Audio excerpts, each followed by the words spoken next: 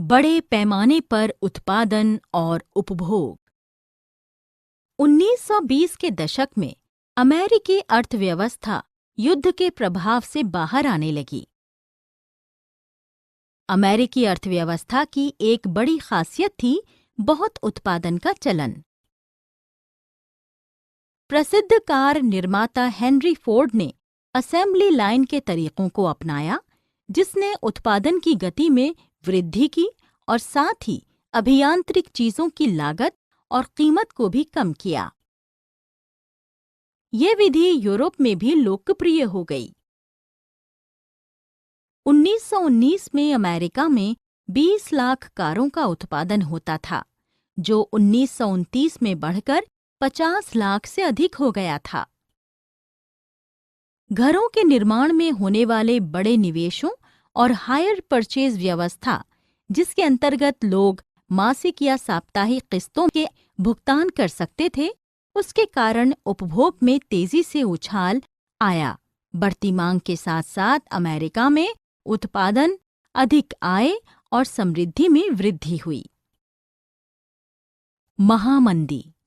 1923 के आते-आते अमेरिकी और यूरोपीय अर्थव्यवस्थाएं अच्छे से उभर रही थीं और अचानक विश्व का अधिकांश हिस्सा 1929 में एक आर्थिक महामंदी की चपेट में आ गया।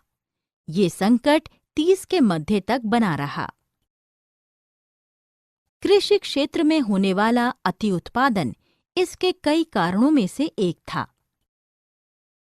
अत्यधिक उत्पादन के कारण कीमतें गिरने लगीं और किसानों की आय कम होने लगी।